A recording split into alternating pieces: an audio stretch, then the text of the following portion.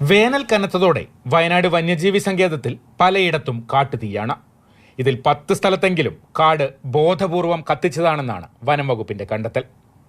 കാടിന് തീയിടുന്നവരെ പിടികൂടാനുള്ള ശ്രമത്തിലാണ് വനം വകുപ്പ്. നിരീക്ഷണത്തിനായി പല ഭാഗങ്ങളിലായി 100 ക്യാമറ ട്രാപ്പുകളും 50 ലൈവ് ക്യാമറകളും സ്ഥാപിച്ചു. ഡ്രോൺ ഉപയോഗിച്ചുള്ള നിരീക്ഷണവും തുടങ്ങിയിട്ടുണ്ട്.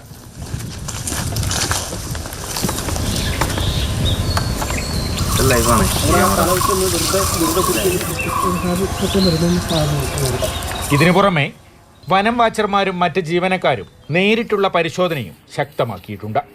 ഇപ്പോൾ ഫയർ പിന്നെ ഹ്യൂമൻ വൈൽഡ് ലൈഫ് കോൺഫ്ലിക്റ്റ് ബന്ധപ്പെട്ട ഈ എല്ലാ കാര്യങ്ങളും നമ്മളിപ്പോൾ ചെയ്യുന്നുണ്ട്. ഈ cameras, live cameras, camera traps. So we hope ഇപ്പോൾ ഈ സിറ്റുവേഷൻ കുറച്ച് കൺട്രോൾ ആകും. നോർത്ത് വയനാട് വനം ഡിവിഷനിലെ കമ്പമലയിൽ കാടിന് തീയിട്ട ഒരാളെ കഴിഞ്ഞ മാസം വനം വകുപ്പ് അറസ്റ്റ് ചെയ്തിരുന്നു. സമാന സംഭവങ്ങളുണ്ടായാൽ കർശനമായ നടപടിയെടുക്കാനാണ് തീരുമാനം. ഇതോടൊപ്പം കാട്ടുതീ തടയാനുള്ള ബോധവൽക്കരണ പരിപാടികളും നടത്തുന്നുണ്ട്. ക്യാമറകളും ഡ്രോണും ഉപയോഗിച്ചുള്ള നിരീക്ഷണം വന്യജീവികൾ ജനവാസ മേഖലയിൽ ഇറങ്ങുന്നത് നേരത്തെ അറിയാനും സഹായിക്കും. മാതൃഭൂമി ന്യൂസ്, വയനാട്.